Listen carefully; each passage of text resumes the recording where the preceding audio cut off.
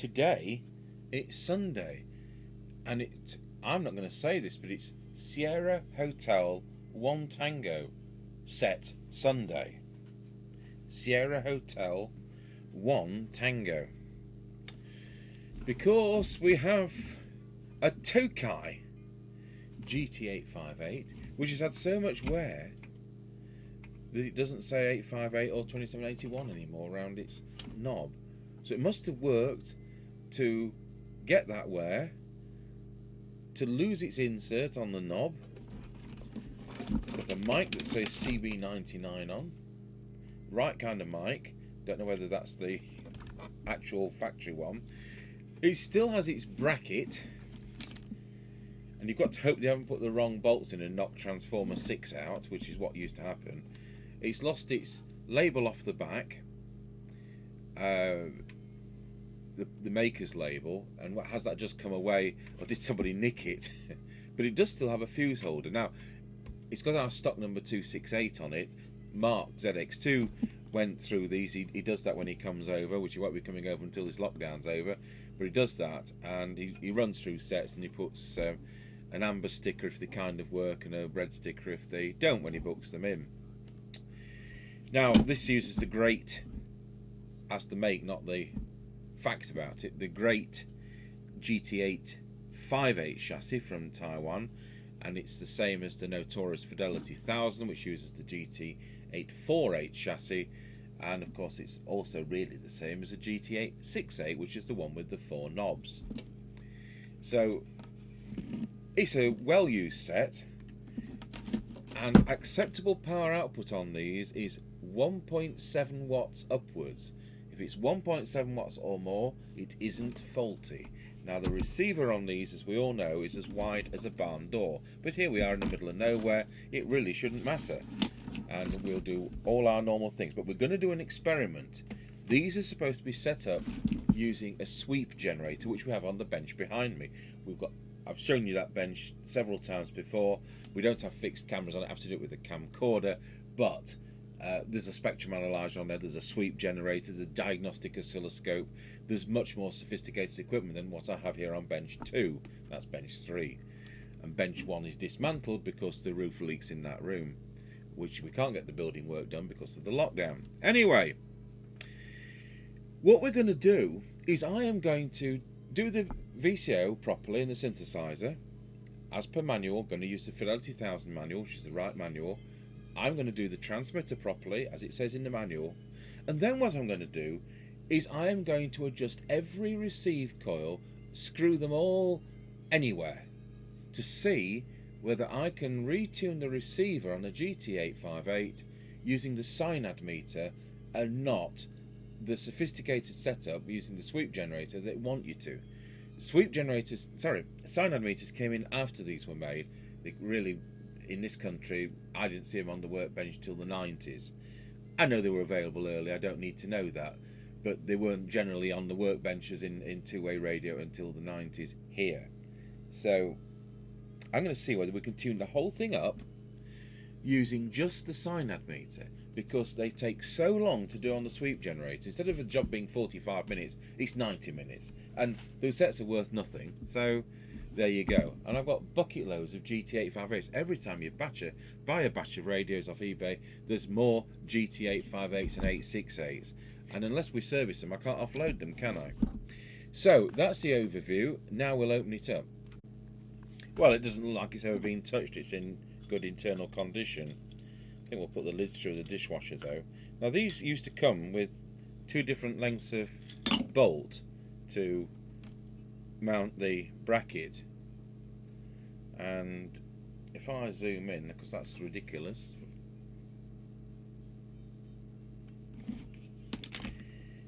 I'll put them on that screening cam, and you can see you get a short one and a long one, but they didn't tell you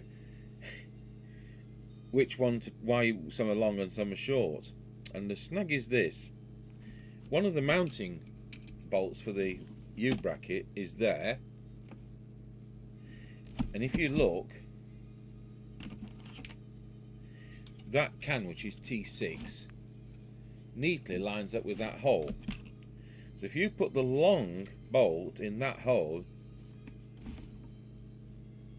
you destroy the tuning can. The short one does just fit. So those coils had to be available as a spare part, pretty shortish. I'd be devastated if I bought a set which had a destroyed T6 because, well, we'll probably have enough scrap chassis to cope.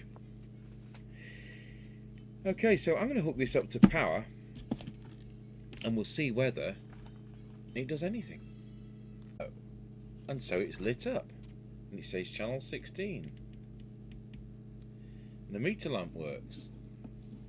The other naff thing to tell you about is that on this version, and in most of the 858s, the extension speaker socket is 2 holes, one for PA, one for extension speaker. You get but those on the GT858, the one with the 4 knobs. But on the 858, you don't usually get the extension speaker socket. Now these only have 1.5 watts audio output, and so it's not really adequate in a noisy vehicle. So that's another little snag. So that's something we did once have to do, and that's fit extension speaker sockets to a pile of these.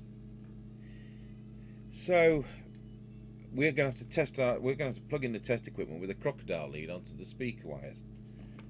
So that's not ideal at all. I better just do that right now, just to make sure there is some kind of receive on this. And it's an unusual kind of FM noise because it's more reminiscent of AM than it is FM. And in fact the Squelch has its own AM detector in order to work. So that's really kind of bizarre that the radio has an AM detector. All I need to do is find our speaker connector to the test instruments.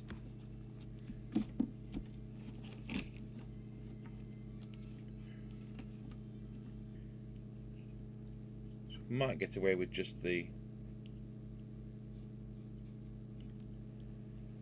positive, shall we say. Just see whether we need the negative. Yes, we do. We'll have to borrow a crocodile clip lead off Mr. Chippy's bench. But what we'll just do, we'll see whether it is actually receiving. So that's channel 20. And we've got that at 0.3 of a microvolt. There's never a problem with sensitivity. So let's move to channel 19 and let's turn up the attenuator. Now we can hear it by putting an S7 signal on channel 19. Sorry, we're on channel 20, the radio's on channel 19. So it's just putting a spanner in the works. That's channel 20, 21 you can still hear it, 22 you can still hear it a bit. And this is the problem with these sets. So if they're no good in a high usage area, and it was like that of course in 1981, 2 and 3. But we'll be alright in the middle of nowhere here unless there's foreign interference because there's a lift on. So it does receive, and I'm going to stop it receiving by screwing down all the coils. So you've heard it receive. And I'm just going to check that it's transmitting, and it's doing 2.8 watts. That's fine. So we'll get the service manual out. I'm taking a coffee break and I'll unsolder that can first and we'll set up the VCO.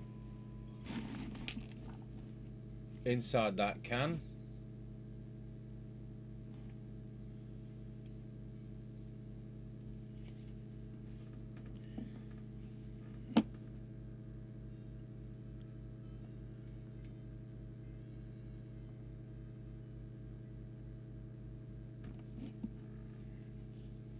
it doesn't use a handy type of IC, but it uses some general purpose one, which isn't capable of working at 27 megs, and so it has to be mixed several times. So it's something to set up, and I will go through that. We'll go through the transmitter all properly through the manual, and then I'm going to mess up the receiver and see whether we can bring the receive back just using the SINAD meter, because if I can do that, it's going to save an awful lot of time on future GT858 and 868 radios.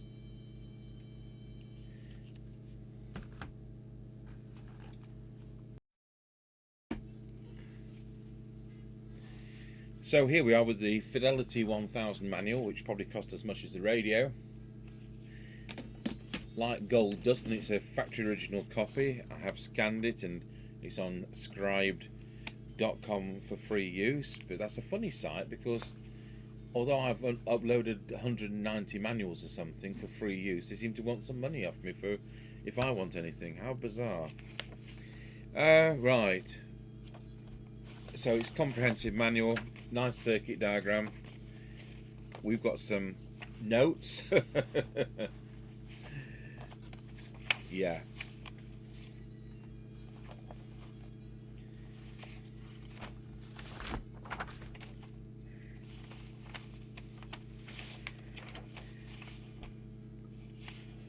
So set the channel. You set it to channel 20 on this.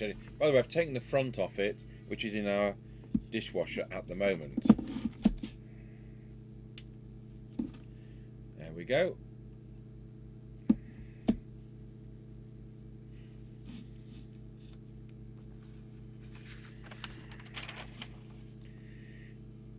Set the CB into transmit.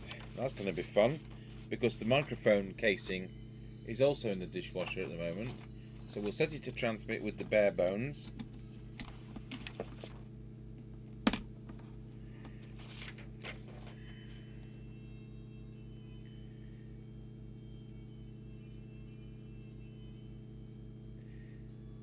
And then it says connecting oscilloscope to pin 8 of IC201 to make sure that pin 8 is at logic high. I don't know why an oscilloscope. I'm more likely to use a logic probe. I wonder where I put the logic probe. Yeah. I think the point is what they're getting at here is it needs to be not something like an AVO meter where you've got it's taking power off the circuits, but something electronic. I'm going to see if we can do this with the ordinary multimeter. You know, we're not kind of wanting to use 12 grand worth of test equipment. I'm trying to do this on more of a shoestring budget to make it more accessible for people who are doing this as a hobby. It's so long since I've done one of these, I can't even remember whether it is a floating chassis or whether it is you can put the earth from the chassis. So let's have a look. Set that to 20 volts and we'll just touch that on the power and we've got a full 13.7. So the chassis is ground, which is helpful. So we're looking at pin 8 of IC1, and IC1's likely to be that, isn't it? But I'll just, I say it's such a long time, I'll have to just check. IC201, pin 8, so it's from the right. You've got the ident there, the little dot which denotes pin 1. So it's pin 8. So it's 1, 2, 3, 4, 5, 6, 7, 8. We've got 6.8 volts there. So let's go back to the notes.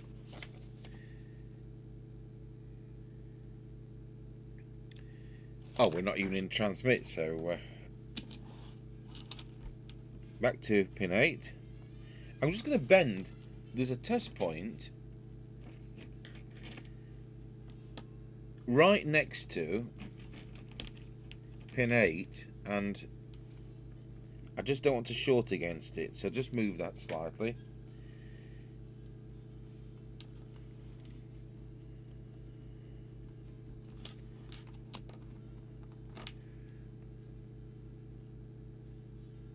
So it's 6.9, so that is going to be logic high.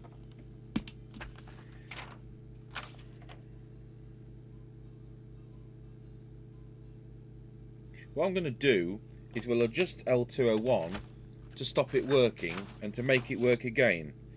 201's the second one on the left. That seems the right thing to do.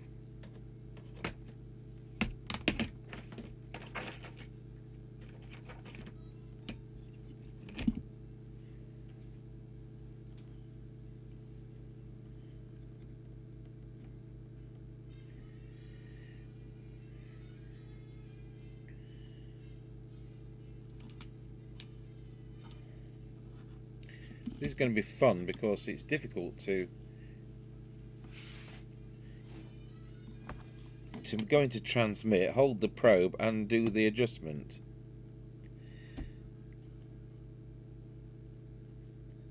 So there's coil .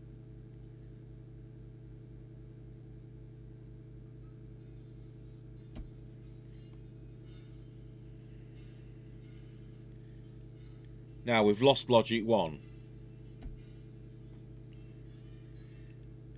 So 2, 3, 4, 5 needs to be up there. So we'll now rotate it. That was down. We'll go up until we lose it again. We're losing it there. So the center of that position is locked at logic 1. So I don't think we need to use an oscilloscope. I just think that is because they're wanting you to use an electronic meter so that it's not drawing current from the circuit. I've used logic probes in the past and I would have done so if I remembered where I put it. So that is fair enough. And then we set the radio to receive mode, and we adjust CT202 for the same. So in receive, CT202 is the one on the left. There's a little white preset there to the left. I'll try and zoom in a little bit. So just there. So we'll just turn it into a non-working set and then make it work again.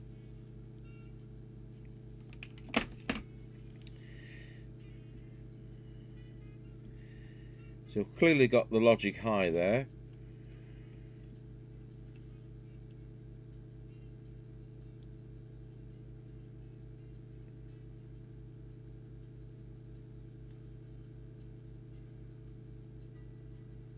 And you can see we can lose that just there when it went to 3. There we are, we've lost it, we've got no receive now. So we'll bring that back to logic high.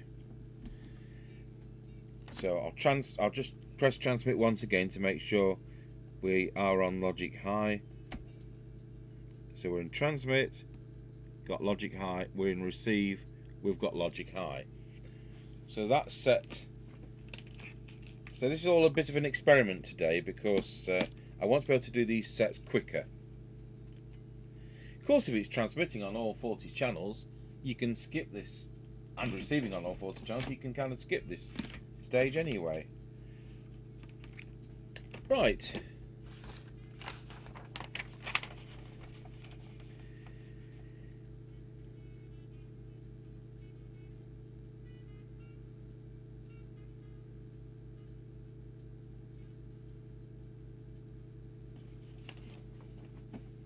So we're selecting channel 20, which we're on. We connect a frequency counter to capacitor 55. Now, what this is about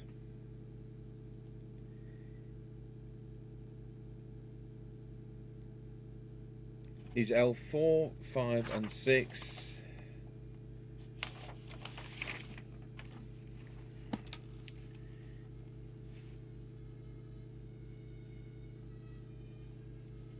You're adjusting L207, L4, L5, L6 for a maximum frequency of whatever, and then you adjust CT201, which is that one on the right, is it?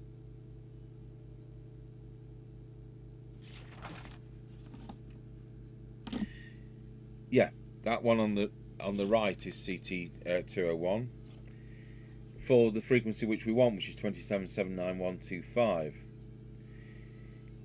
But these are the early stages. This is the driver stage, and I think you only need to do that if you've got a situation where the thing isn't transmitting at all. I think we're quite safe to, again, cheat that or pop the camera onto the signal generator. What I'm on about. We'll pop the camera onto the power meter, and then we'll just do it for maximum power. See, the whole snag is the current, the proper way to do it, as per manual, using all the correct instruments it says in the manual. It takes so long that we're having to charge 3 times the normal fee to do what are the most poor radios which appeared on the market. And I want to be able to do these at the same rate, but we can only do that if we can kind of cheat, but with the correct result. So what it said, just to recap, was L207. Yeah, so we're going 207 down there and up there. So that's what we are doing. Just make sure once again that I'm doing these in the right sequence. 207, L4, L5, L6. So we end there, we don't do that one at this stage. So we're in transmit. We've actually got a dirty PTT switch. So just clean that. It's handy I've got the... I'm just going to switch it off so I can work it about. Just try again. So we are doing, we'll put this on the 3 watt scale, and it's doing just under 3 watts. So we'll start there. So I've got that definitely in the center of its position.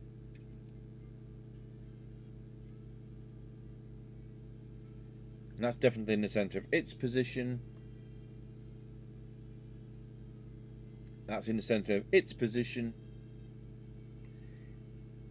Yeah, so you can do it you can do that spot on using that method. We'll do the frequency in a moment because I want to put the other camera on it so you can see. So we'll skip that stage. Then it says put an RF watt meter on. Well, that of course is what we are doing. And then it's L207.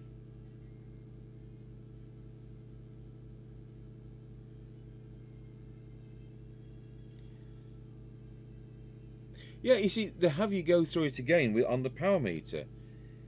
So the fact that we have it transmitting in the first place is we don't need to do that early stage. So 4, 5, 6 and 7 they have you do again. So we'll now, we'll start at 7. So it's 7, then L8, L9,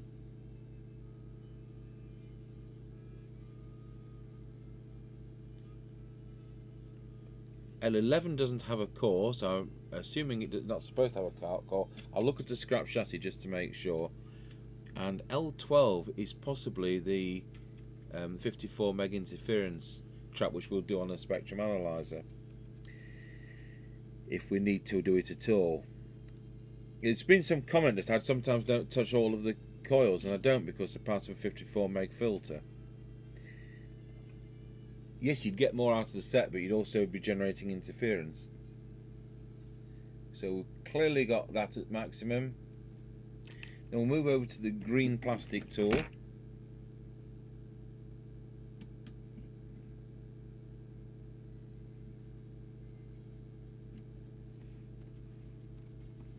The maximum these sets are supposed to do is 3.5 watts. So, you know, it's the old sold as a 4 watt set, but it is 3.5, and it says quite clearly on the service manual that that's the case. So we've done we're at there, which was L9, and then we move to, oh, that's it, that's where we end. Now we'll just give you a little tip, because sometimes these type of coils can be slightly expanded or contracted. Now that's brought us up to 3 watts, hasn't it?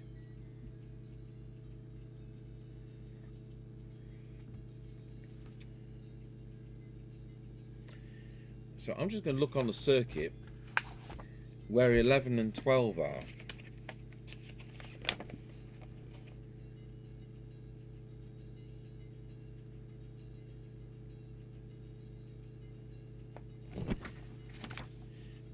It's a bit funny, this, because it doesn't show the right symbol as I would know.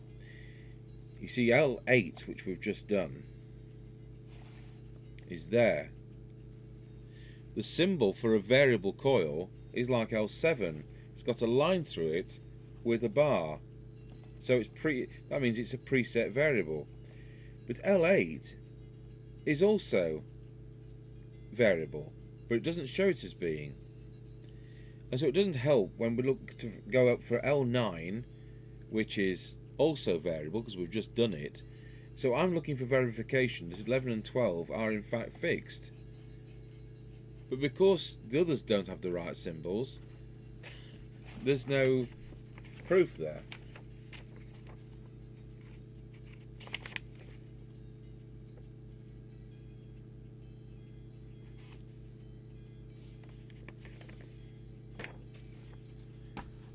Yeah, well, I think I don't know how we can work this, because if we're going to look at the spectrum analyzer, I can't use this bench. Because if I use a camcorder, which I'd have to use on the other bench, we can't do any of this picture-in-picture stuff. And it also means that I can't do half of it here and half of it there, because the two video formats are incompatible with each other. We'll come to that later. So, what I will do is we'll now put camera 3 on so that we can look at the frequency on the frequency counter. So we're going to transmit, and with CT201, see that's 27,79149, which is high, which is unusual because they normally drop with age.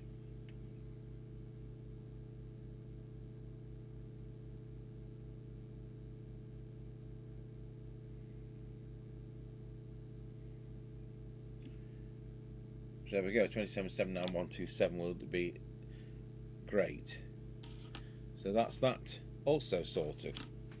So just go back to camera 2, and we've got a good 3 watts. Yep, got a good 3 watts there. Okay, so what I managed to do is to put the camera, which we normally have on the power meter, onto the screen of the spectrum analyzer between me by rerouting some cables. So now when I key up, what we're seeing is 27 megs only. So I'll now do that coil in the corner,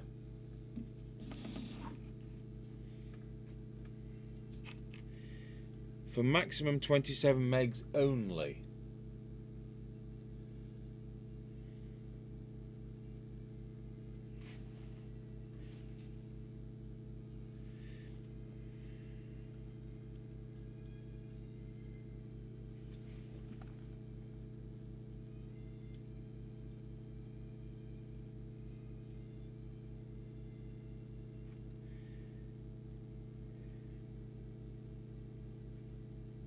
So we've actually, oh, it's gone down now.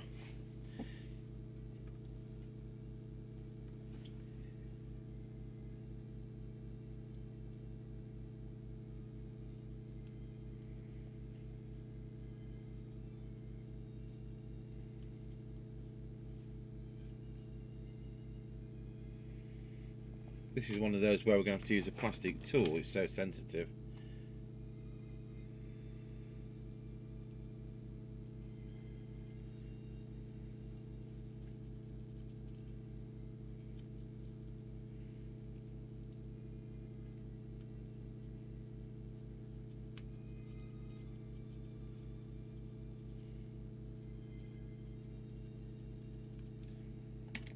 So the idea, we want that as high as possible.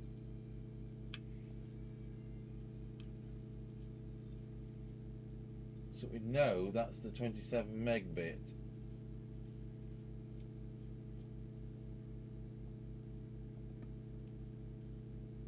It's actually about there. But it's made absolutely no difference to the power whatsoever. So that's good. But it has minimised the interference, and it means that the power is concentrated on 27 megs and not on interference, which is what that's about.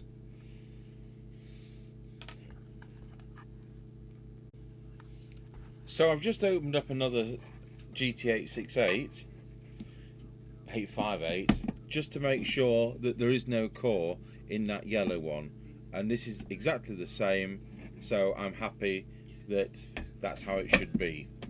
So this one's doing 3 watts, and that's well within spec.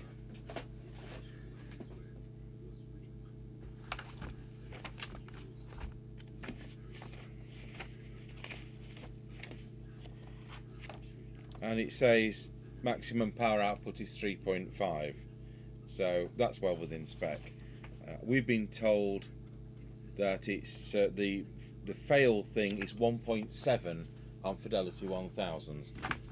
If it's less than 1.7 watts, you've got to repair it. If it's more than 1.7 watts, it's okay. But we would always try and get them certainly above 2.7, and this one's a good 3.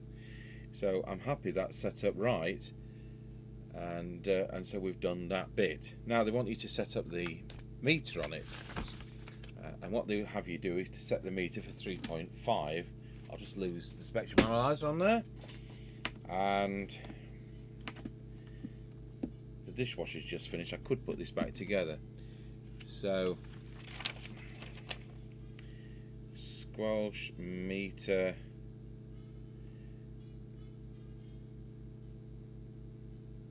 Where's the meter?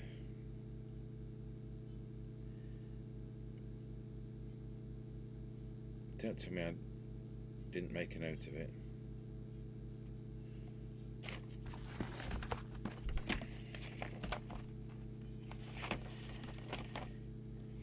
Adjust SVR4 for 3.5 watts.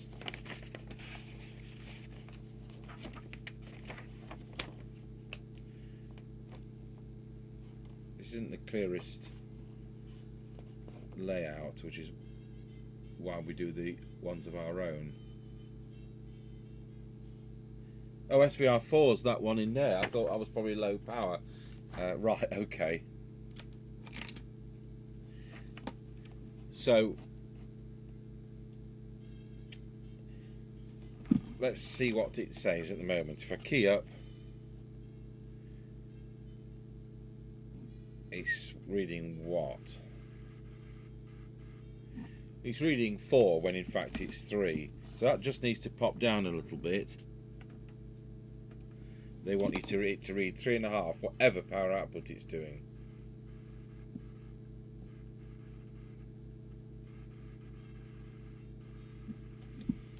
So there we have 3.5 regardless. So the radio does 3, but it is to show 3.5.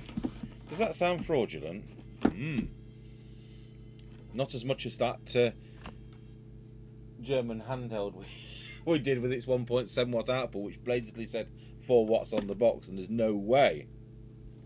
Now I've noticed, and I haven't been pulling this. Look, the wires off the microphone there.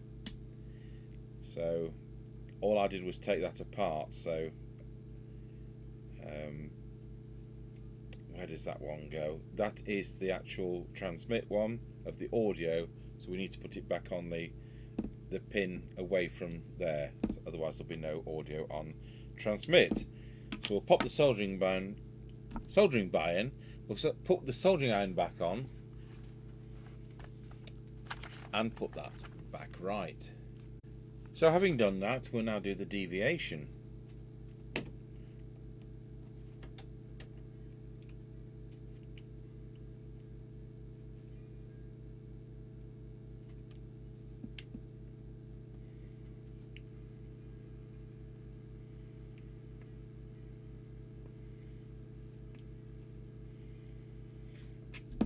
So I'll switch the little oscillator on. At least I'll be able to aim this microphone over the speaker on the oscillator. And I'll move that camera back from the spectrum analyzer onto the screen, the meter of the Marconi test set.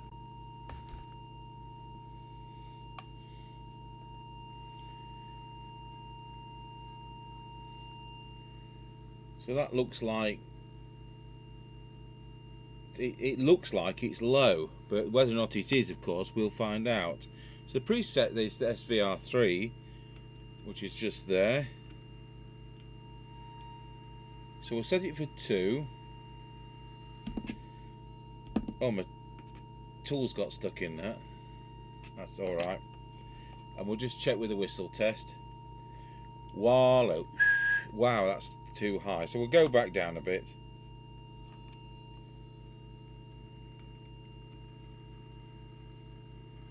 Try that.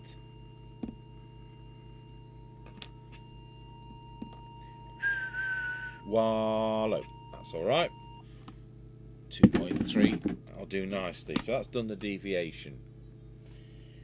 I don't think the low power is adjustable. I'll just check low power and let's see what it's doing. Low power is doing 0.3 of a watt, which is 10%, isn't it, of 3 watts, which the radio is doing. So the attenuator is doing the 10 decibels it's supposed to. So that covers the transmit side. Now then, we're going to mess up the receive, purposely mess up the receive, so that this no longer receives.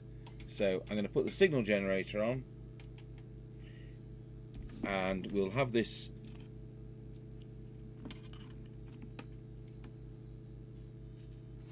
connected up to our,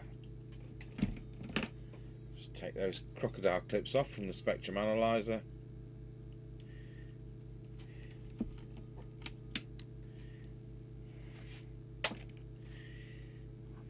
and onto our test sets speaker input, seeing as there's no socket on the back of this rather basic radio. There we go.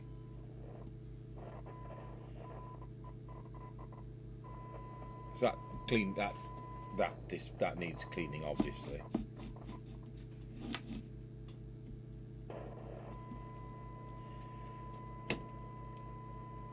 So I'll just make sure we're on frequency, which we're not. But it's such a bleed over box.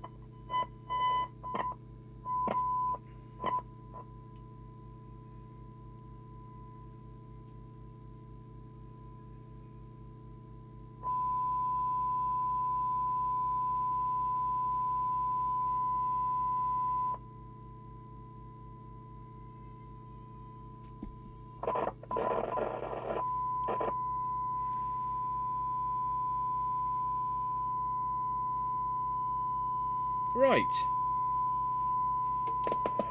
so that's 1 microvolt, and now we're going to mess up the receiver by adjusting every one of these up to the full, just like some screwdriver fool has done.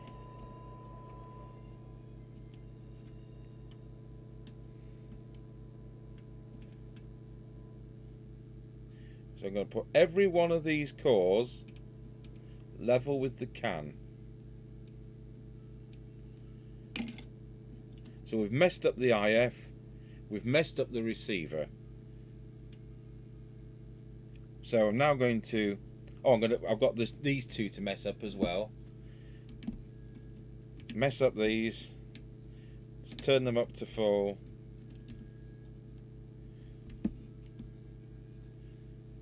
So now I'm going to put a big signal on, and that is, you can just hear it. That is a 10 millivolt signal, so it's as deaf as a post.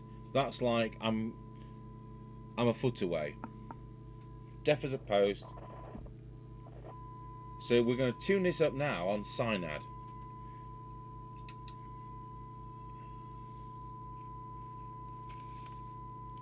Now 4 and 5, which were those two there, if I remember rightly, are this strange detector system that needs to be set up with a sweep generator. Yes, it's 4 and 5. You've got to set them up for maximum output and the best S symmetry with a sweep generator. So we're going to try and do this by using the SINAD meter, and therefore technically cut costs. So I'll move that camera now over to the I think we'll move it over to the oscilloscope first, and then the SINAD meter. See what we can do.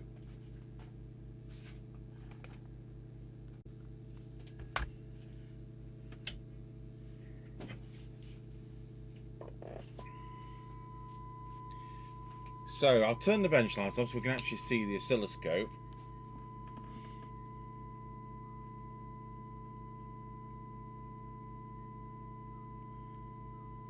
There's so little signal, we'll have to increase the amplification. So I'm going to do the T4 and 5, which you can only do on a sweep generator, says the book. So we'll do this for maximum recovered audio. See, that's no good. It's squedging this, eh?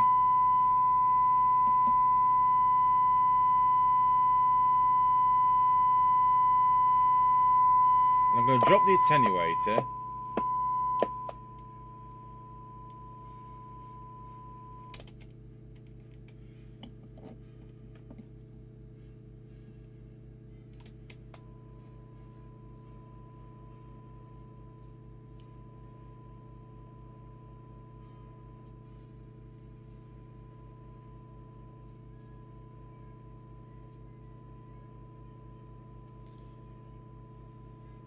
So what I've done there is I've used the SINAD meter, which I can't show you both, but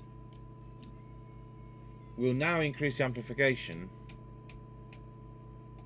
We'll see if we can increase it that much.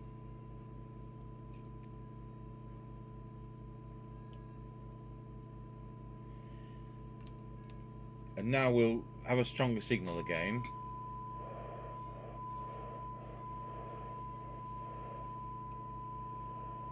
And I'm happy that that is peak on the oscilloscope.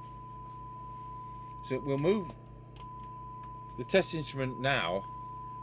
Sorry, we'll move the camera onto the SINAD meter. And we can put the bench light back on. So now what I'm going to do is we'll turn the attenuator down.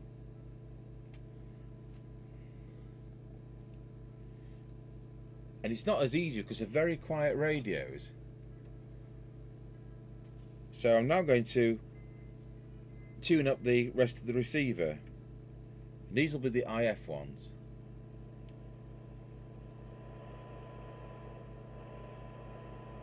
Now I've had more noise, but look, I've got a peak there to the left.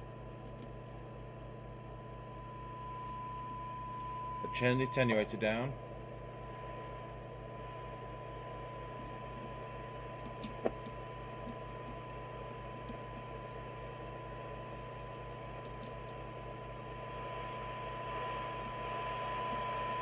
Turn the attenuator down again. We've got a distinct peak there. Turn the attenuator down, now we've got more noise. Do the normal front end ones.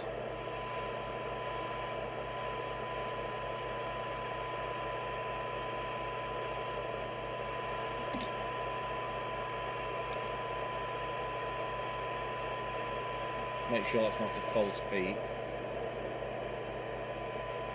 That's a false peak.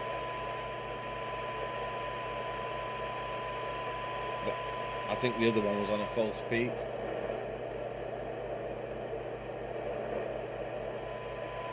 Yeah.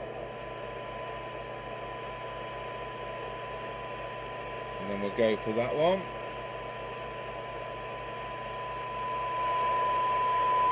Drop the attenuator.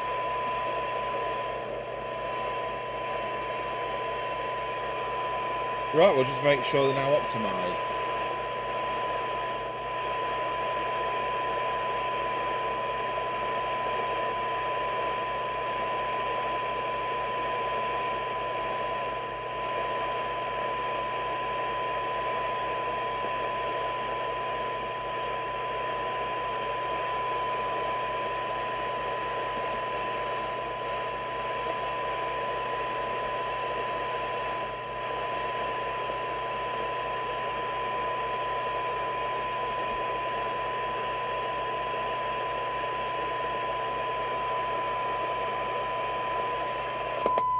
And I'll go back to that the one which is the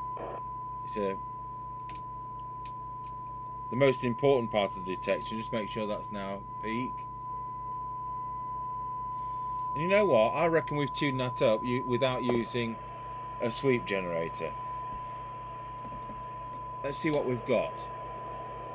Well, we've got that's 0.3 of a microvolt you're listening to. 0.2, 0.15, 0.1. Off the clock you can still hear it. There never was a problem with sensitivity with these sets. It is selectivity, and of course that's the way the circuit's designed. That's the way the filters are. So,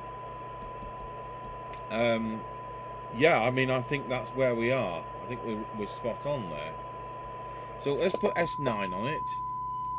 We'll pop that off now, and we'll set the S meter for S9. It's right over in the red bit, which is ridiculous. S meter is the one nearest me.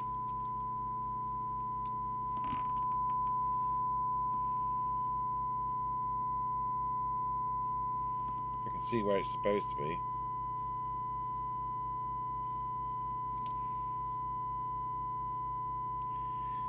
So that's on minimum, and it's just a little bit generous there. Now we need to do the squelch and switch the signal generator off, advance the squelch control for threshold, which is there, switch the signal generator back on, and it comes in at 0.8 of a microvolt, and it drops off at 0.59 of a microvolt, so that's alright. Now we'll set the squelch to full and see when the signal generator comes in. So that's 3 microvolts, 10 microvolts, 30 microvolts, 100 microvolts is S9. That's exactly where you want it to be. But if it wasn't, the preset for it is SVR1, which is there, but it just happens to be spot on this occasion. So I think I've just lost 45 minutes in time, or made up 45 minutes in time, doing up this tune-up with cheating. And I'm not sure that it is cheating, because SINAD meters weren't around when these radios were created. So I'll tell you what we're going to do. We'll put this on the aerial. I know we haven't put it back together yet, just to see whether we can hear people on it. Now, you'll all be aware there's some people out there who are illegally using radios not approved for CB, on CB, and they're off frequency. Now this is as wide as a barn door, as everybody knows, so those people will actually sound perfect, whereas on a well filtered set they would sound atrocious. So we'll put the squelch back down. Yeah, because I think even when the day over, I don't think we've ever used it. 19 a Roger.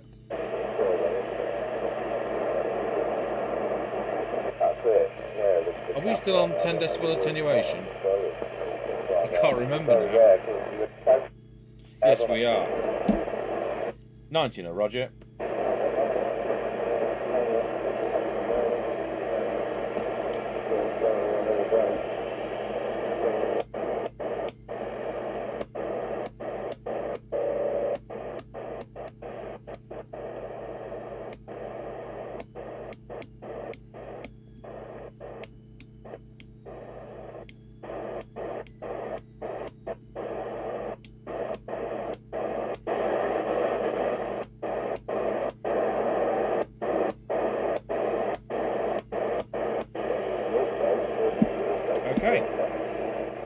So I'll clean those controls and we'll put the case back together, and that's how we're gonna leave it like that. I'm gonna put the cover back on there.